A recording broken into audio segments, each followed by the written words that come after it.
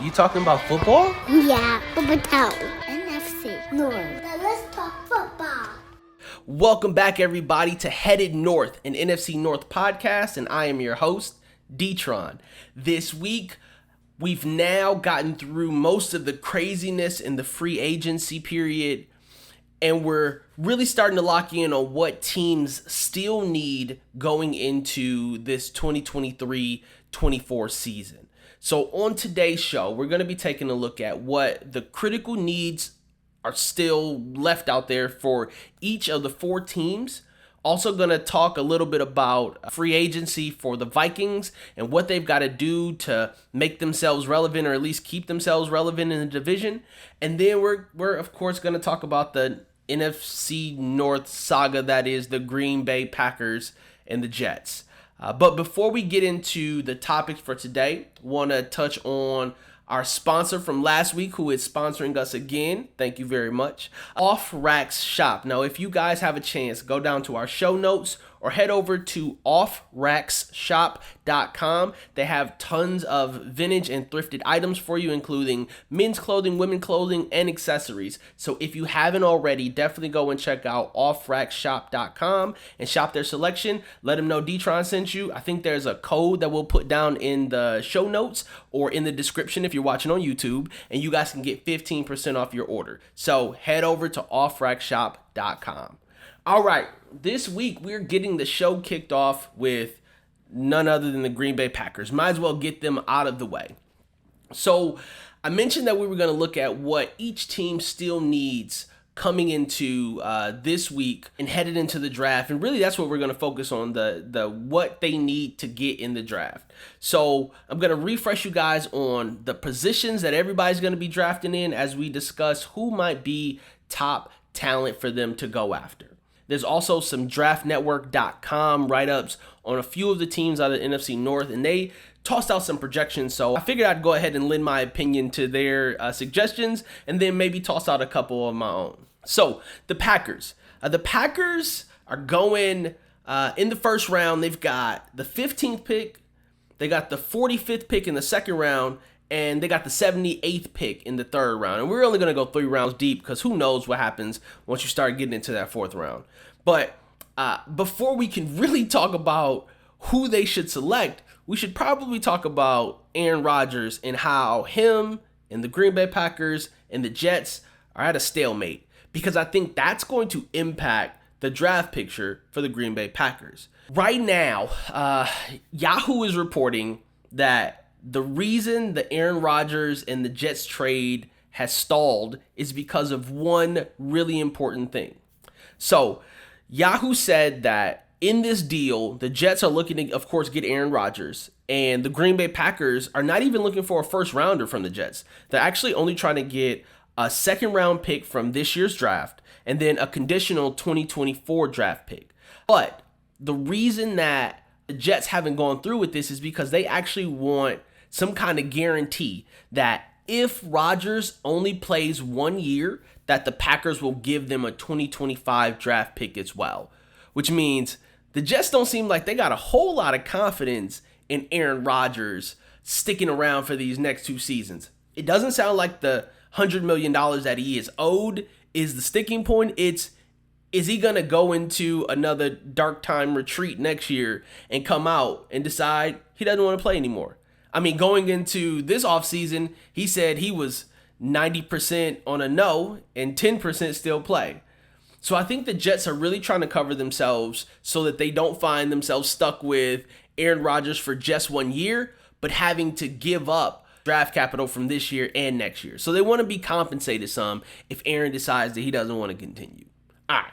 But now that we've talked about Aaron and the Jets, which hopefully this deal is done soon, because I'm sure, I just want it to be done for Jordan Love, right? Like I want him to get from under the cloud of Aaron, and I want him to go out and be the starting quarterback. I also, as a Lions fan, want to win some games, so it'd be nice if Aaron Rodgers just figured out what he was going to do and leave. It seems like Aaron Rodgers is probably only going to settle with the Jets, because it doesn't really seem like there's too many people in the Aaron Rodgers sweepstakes. So if it's not the Jets and they can't get that deal worked out, I think there's going to be some really weird tensions happening in Green Bay. But chances are they're going to get it worked out because it just sounds like they are too far apart to still stick together as an organization. That is Aaron Rodgers and the Green Bay Packers.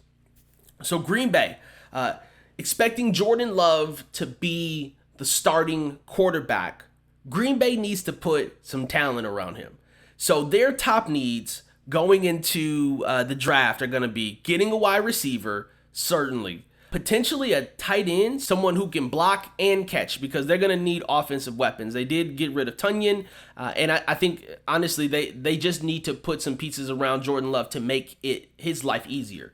And then they also need a defensive edge. They got some good defensive backs, but they need some pressure up front. That's one of the things that they were lacking last year. And so looking at who's on the board for the Green Bay Packers, I could see them going after Brian Bresee from Clemson. That's a defensive tackle, sure, but they just need some pressure up front to stop the run and get some more pressure on opposing quarterbacks. From tight end, Justin Mello from draftnetwork.com said he could see Darnell Washington as the tight end coming out of Georgia, going to Green Bay in that second round, that 45th pick.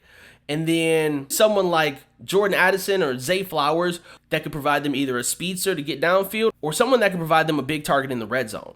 But Green Bay needs some weapons. They need them on offense and defense. And then you're going to take an automatic step back when you get rid of Aaron Rodgers for their ability to put it together on the fly. So the sooner that you plan this out and get these folks drafted and in, potentially pick up one or two free agents to help bolster that offense, the better, because they're going to need time to really mesh this thing together. Next, we're talking about the Chicago Bears. Now, the Bears have done a bang-up job in free agency. They've went out and got linebackers, two of which they paid pretty well. They went and got defensive linemen. They went and got offensive talent at the running back spot. Of course, they got DJ Moore. So Chicago is doing well for themselves. Probably an A grade, B plus most certainly, in their free agency, especially because they had a bunch of money to throw around and they were not shy about using it. But coming into the draft, they still have a couple of spots that they need to shore up. So the Bears still need an offensive tackle. They got to get an edge rusher or inside defensive lineman. They just need help on the defensive line, period, because they're not really stopping anybody. And then they could also use a cornerback, honestly. The Bears defense is sort of middle of the road last year, and so they're going to need multiple individuals on that defensive side of the ball to really make an impact in the division, but certainly to get themselves anywhere in the playoffs. With that being said, a couple of options for them. So you've got Miles Murphy, who is a defensive edge out of Clemson. Could be around. Oh, sorry, I forgot to tell you guys about when they're drafting. So of course they traded with the Carolina Panthers, and now instead of the first overall draft pick, they got the 9th. In the second round, they got the 53rd pick and the 61st pick, and then in the third round, they have the 64th pick. So with that on your mind, Miles Murphy as an edge coming out of Clemson would be a great defensive presence for them. Someone like Mozzie Smith out of Michigan as an interior defensive lineman. And then if you want to go on the other side of the ball, there's a couple of different options that they can go for at that tackle spot. So Matthew Bergeron, Mel Kiper, and Todd McShay are both telling the Bears to go with tackles now. So they pitched out there Paris Johnson Jr. out of Ohio State, and then Peter Skronsky. So there's a couple of different tackles out there that would potentially make great additions to the Chicago Bears.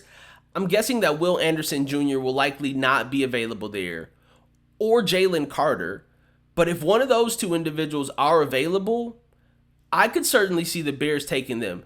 Despite Jalen Carter having a bad pro day and having some troubles off field, and despite what I said last week about the Bears being out on him, he's talented. Like looking at his film again this week, I was like, this kid is really good, or was really good. And so I think the stresses of what he's going through right now could certainly be playing an impact on, how he weighed in, how he performed at Pro Day, all of these pieces. But he's definitely got talent. He's got power.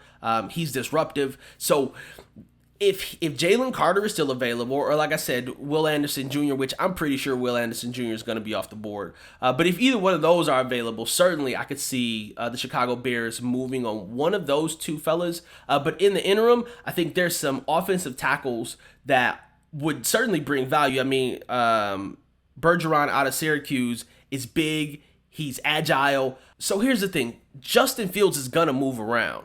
That's an asset of his game, and certainly something that he's going to continue to do. But I don't think Chicago wants Justin Fields to be a scramble first quarterback. I think they want him throwing the ball. And if you're going to have him doing that, you definitely got to build out that line. I could see them taking a defensive player in that first round and then trying to reach out to grab one of those offensive players with that 53rd and potentially that 61st pick in the second round. That way they can help to solidify some of that offensive front with those tackles, and then they can work on some potential help in the defense in the later rounds, like your 64th pick. You can go and get either a defensive back or a safety. There's plenty of D-backs available in the draft this year, so I could see them being able to go and get a quality defensive back with that 61st pick. So that's how I would run it if I were the Bears, which clearly I'm not. I would go and get a defensive lineman, go and get that tackle, and then go and get either a safety or a D-back. But even if Chicago decides to draft at 9 a big wide receiver or someone else to add to the list, which I don't know if you go and get another wide receiver unless you don't believe in Claypool or Mooney. But if you did, you could create quite the air game and try to maybe run some spread, which I know is not really Chicago's thing, but they could run some spread offense and really create some problems for teams that aren't deep at the defensive back position. So that's just a suggestion if you're the Chicago Bears, but I really think that loading up on some defensive linemen, especially after they went and added this defensive presence in the middle at linebacker, would ideally be the thing to build up this franchise and really make them like a front runner for taking the division. Speaking of winning the division, we got the Vikings. Now, the Vikings still need quite a bit of help. If you have been listening to the show or paying attention at all to the offseason, the Vikings haven't made much of a splash, and as you can imagine, they don't have money to do so. And so they did pick up a cornerback out of Arizona, their top-end cornerback, and brought him in to help shore up some of the back end of that defense that they lost, some veterans. But the draft, unfortunately, isn't going to help the Vikings either. They have 2 picks in the first 3 rounds. They've got the 23rd pick in the first round, and they got the 87th pick in the 3rd round. So they don't pick at all in the second round. With that being said, there's still some needs for the Minnesota Vikings. Well, plenty of needs, honestly. They are hemorrhaging players on the defensive side of the ball, and their offense is predicated on 1 or 2 really good pieces. Now, Justin Jefferson is amazing, right? Like, he's really good. So your offense can center around him. But one of the needs that the Vikings have on the offensive side of the ball is a complementary weapon at wide receiver. So you've got Osborne, but he's not really a number 2. He's a 3, maybe. Maybe a 3. Very certainly a 4. But he's an option at wide receiver. But you need someone else, especially with Thielen gone. And so if the Vikings somehow can get a hold of Quentin Johnson out of TCU, or like I mentioned with the Packers going to get someone like Jordan Addison or Zay Flowers because he's big, those could be some really important pieces to that offense that gives Kirk another weapon for this year, that gives someone else for the defense to pay attention to, taking some of the pressure off of Justin Jefferson. And it really does allow Minnesota to become more of a scoring team. Right now, Minnesota had a negative point differential coming out last year. I know I mentioned this before, but it's really it's a startling statistic. Like, you had a negative point differential. They gave up more points than they scored, but somehow won 13 games. That is a problem. They've got to have a weapon other than Justin Jefferson, because if he has an off game, their whole team is done. I mean, they got Cook, but Cook seems like he's potentially on the outs, and Madison isn't like, he's not going to light the world up. He's not Derrick Henry. So what do? You got to go and get another weapon, someone who can bring some depth to that wide receiver position or just some more talent to that offense. Again, I would go with someone like Quentin Johnson because he's big and he makes a great target down in the red zone. And then you pair him and Hockenson and Justin Jefferson. Now you've got something going on that offensive side of the ball. And then you still need a cornerback. That's the other position that the Vikings really need to go and get someone. So there is Keely Ringo out of Georgia and Joey Porter Jr. out of Penn State. And those two individuals could fall far enough in the draft to be taken at that 87th pick. Now, again, I think I've mentioned once or twice that this draft is deep for DBs. So if you are looking for a defensive back like the Vikings are, you can probably get one and then maybe even a flyer on another one in either the 4th or 5th round. So I think those two positions are going to be pretty key to the Vikings' success. Now, there was a report, and I don't know what website I read this on, but someone had Hendon Hooker dropping to the 3rd round somehow. Now, I know he had the injury, so his stock is down right now, but I don't see him dropping to the 3rd round. If he hadn't had that injury, he's top 5 quarterbacks being taken. But whatever. Somewhere on the internet, someone said to take Hendon Hooker for the Vikings. Now, I don't know if they were suggesting taking him at 23, which I feel like would be faulty judgment. But there's no way that they think that he's going to drop to the 87th pick. Potentially, if Minnesota has the ability to somehow move up in this draft, if they can move up to get something at the beginning of the 2nd round, then maybe he's available there. But I think that might be a bit of a stretch. But the idea behind it is you've got Kirk Cousins for at least one more year on a guaranteed contract. And if he has any sort of decent season, he's going to want to get paid. And what's the backup plan? Because there has to be a backup plan. Kirk Cousins has not exactly set the world on fire. He didn't set the world on fire before he came to Minnesota, and he's been just okay in Minnesota. So Minnesota's got to be looking forward. Now, I know maybe this year is not the year for them to go forecasting way out because they don't have the money or the draft picks to be able to do that. But you do have to think, okay, what kind of quarterback can we potentially take a flyer on in the 4th or 5th or 6th round as a potential backup plan? Because I don't know. Minnesota is just in a weird spot. They did so well last year, and for some reason there's so much anxiety from my side of the coin looking at their team and what they're going to potentially be able to do next year and all of the pieces that they somehow need to wrangle together to make it happen. And if they do make some additional moves here in free agency, those moves are definitely going to have to be cheap, and they're going to probably be 1-year deals. That way they can free up some more space going into next year and be able to make some either longer term deals or make more of a splash when it comes to free agency. And last, but of course not least, my Detroit Lions. So one of the best free agency grades that you can probably get, A- right now maybe, for the Detroit Lions. Brad Holmes, Dan Campbell did a great job in free agency. They shored up one of the positions that they had the largest need for, and that was cornerback. And I'm not going to rehash all the folks that we signed, but some really good pickups. With that being said, there's still some opportunities that the defense needs to fill. So that's defensive tackle or interior defensive lineman, however you want to call it, and then a tight end. And I'm on the fence about tight end, right? We have 3 tight ends on the roster, and if given a shot, when given a shot, they did their job.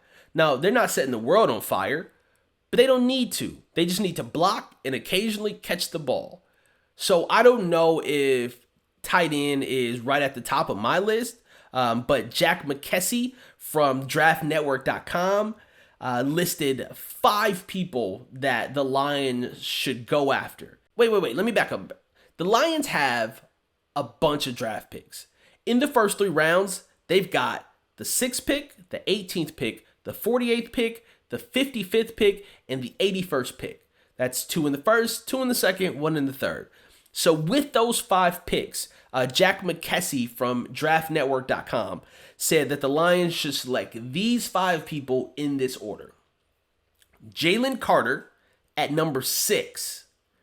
Bijan Robinson at number 18. Sam Laporta, tight end from Iowa at 48. Jack Campbell, linebacker out of Iowa at 55. And then for whatever reason, I see it again, Hendon Hooker at quarterback at 81.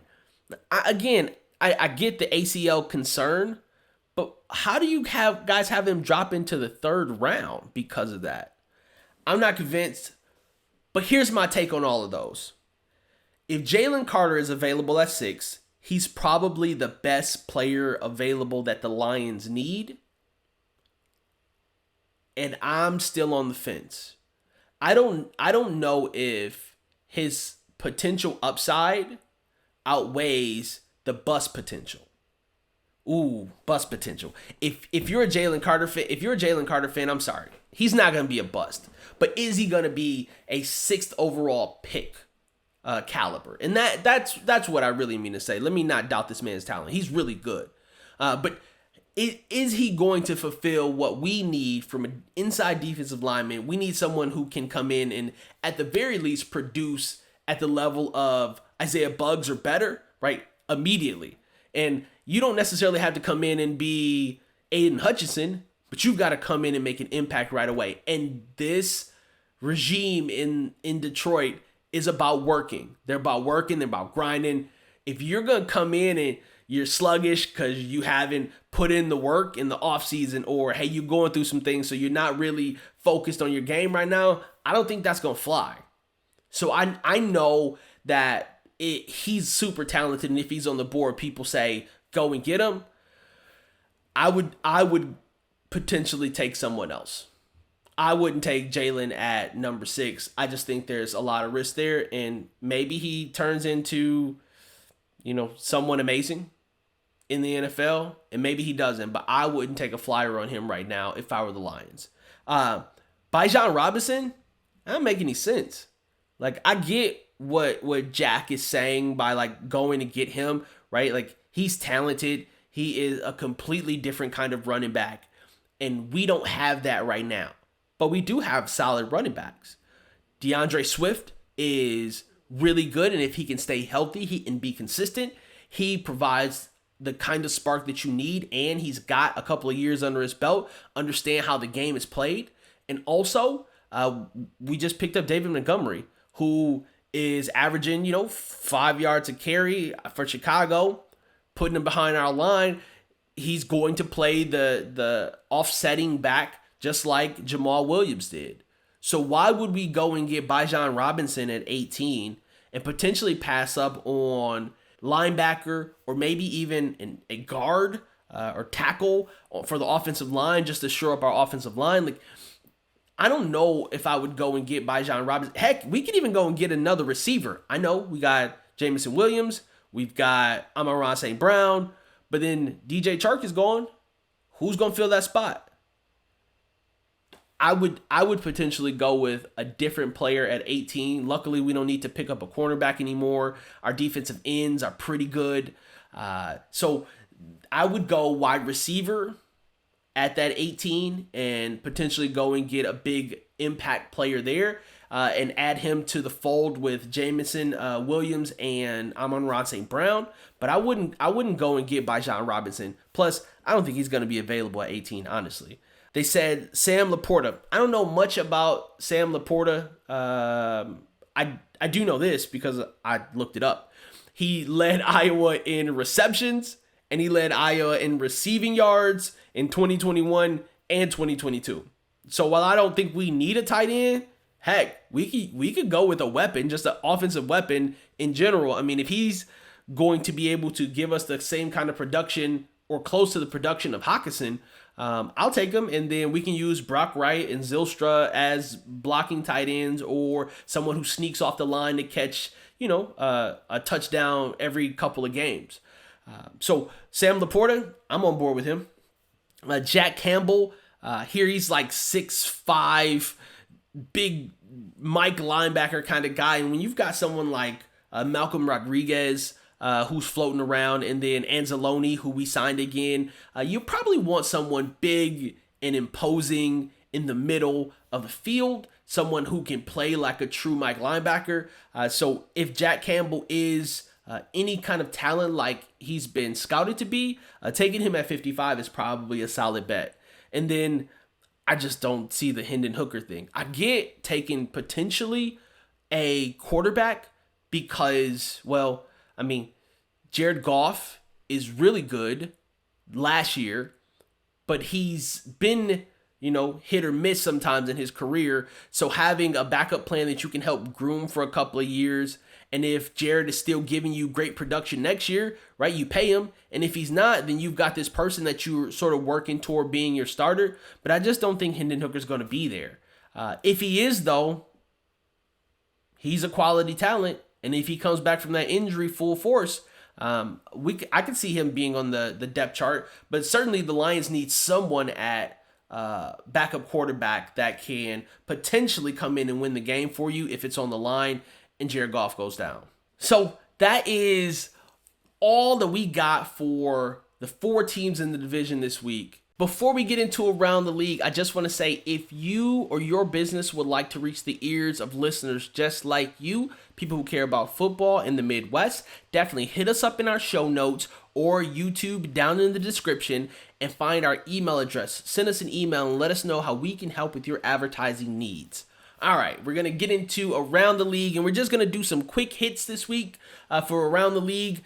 Some people that are landing in some new spots for the month of March because we haven't recapped this recently. So Marcus Mariota went to the Eagles. I know for most people that's not going to be a really big thing, but a quality backup because Garner Minshew is gone. So having someone to back up Jalen who can potentially be mobile and still can throw the ball, I think is a solid pickup for the Eagles, and certainly a good home for Mariota to be in.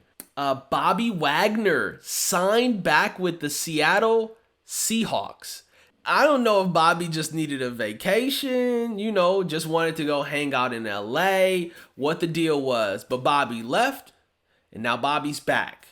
And I'm sure that Seattle is happy about it. And it seems like Bobby is probably too. Like, he seemed like he had a real connection with the city and that team. And so I think it would be great of him to be able to retire as a Seahawk.